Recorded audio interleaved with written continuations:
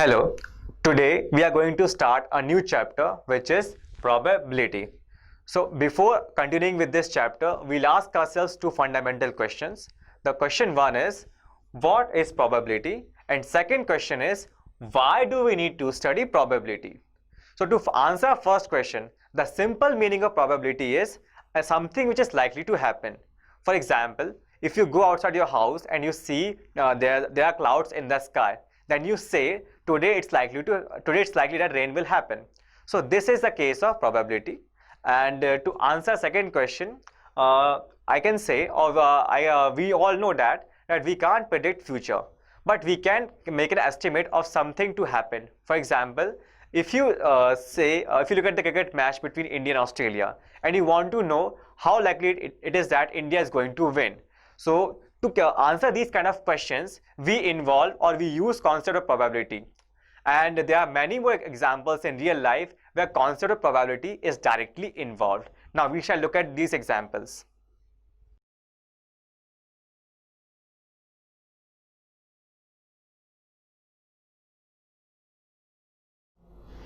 Now let us look at some real life examples where probability is directly or indirectly involved. The first case is of sports. In a certain tournament, there are many players or team participate to win the tournament. Now, as a fan, you would like to know which team or which player is likely to win the tournament. And to answer the questions like these, you use the concept of probability. The second case is of finance. Suppose you want to put your money in a company, and before that you would like to know which company is more likely to make profits, and on that basis only you are going to invest your money in that company. So to judge which company is likely to make more profits, we use again concept of probability. Now the third case is of weather. You have seen, or you might have seen in news channels or in newspapers, that these people predict today's weather, and they do this on the basis of previous year's data or previous year's observation of how weather has performed, and on that basis only they tell whether their storm is likely to happen or not. And this is the use of concept of probability. And there's one more use, which is medical. In medical, we generally take reliability of disease test. We want to know whether a disease test is correct or not, or accurate or not. For example, let's say there's a TB test, and that this TB test gives 98% times positive result if a person is actually affected from TB, and 99% negative result if the person is not affected from TB. So from a large population, if we randomly choose a person and we conduct a TB test on him or her and we get a positive result, then we would like to know what is the probability that a person is actually affected from TB or not, or we would like to know whether the TB test was conducted was error-free or was not error-free. So to answer questions like these, we again use concept of probability. And apart from all these four examples, there are many more applications of probability in our real life.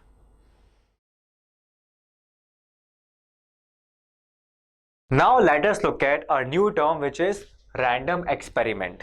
So what is the meaning of random experiment? The simplest meaning of random experiment is anything which is not in our control.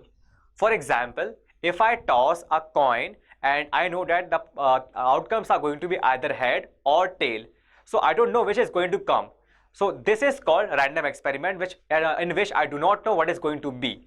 So to understand it better, we'll do a small experiment or activity to demonstrate the random experiment.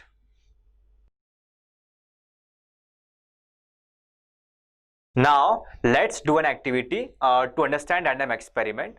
I have my friend with me, Mohina, who is going to help me with this experiment. So we have a bag, and this bag contains some balls. So I have one pink, one green, actually two pink and two green balls, and I'm going to put these balls inside this bag, and after that I'll pick one ball randomly. So I'm going to put these balls inside the bag, and now we'll shuffle this bag so that we can randomize the experiment. So after the bag has been shuffled, I'll pick one ball randomly. So I am picking ball and I got pink ball.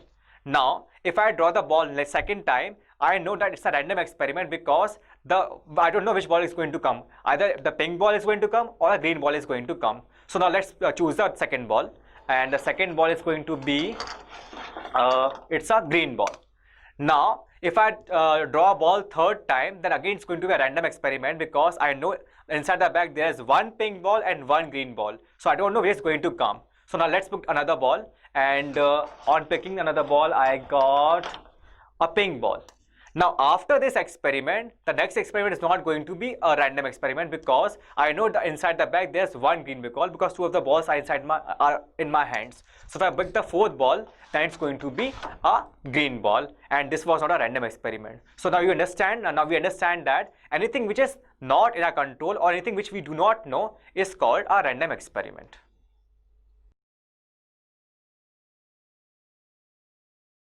Now let us study three more terms. The first term is outcome. Outcome is basically a possible result of a random experiment. If we perform a random experiment and if we get a particular result, that result itself is an outcome.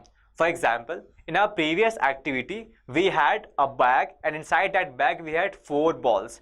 Two of them were pink and 2 of them were green. So if I randomly pick a ball from the bag, and if I get a pink ball, then the pink ball is called the outcome of that random experiment. So if I write it in terms of letters or elements, pink, if I get first pink ball, which I denote by P1, then this P1 is our outcome. Now the second term is called sample space, which is denoted by letter S, and sample space is a set of all possible outcomes. So in our previous activity, we had 4 balls inside a bag, and any of the ball can come outside a bag if we pick a ball randomly. So all these balls form a sample space, which we denote by letter S. And since there were 2 pink balls, which we call pink 1 and pink 2, and 2 green balls, green 1 and green 2, and we write it like this in set form. So this is our sample space. Now let's look at the third term, which is called event, and we denote event by letter E, and it is set of all favorable outcomes. So the meaning of favorable outcome is anything which I desire. For example, in our previous activity, out of the 4 balls, if I want to have green ball while I pick the ball from the bag, then that picking of green ball is my favorable outcome.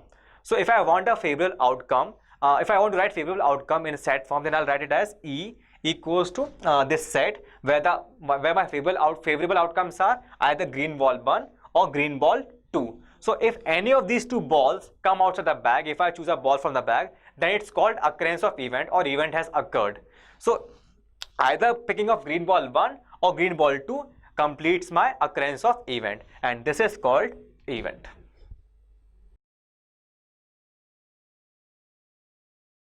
Now we shall study how to calculate probability of an event.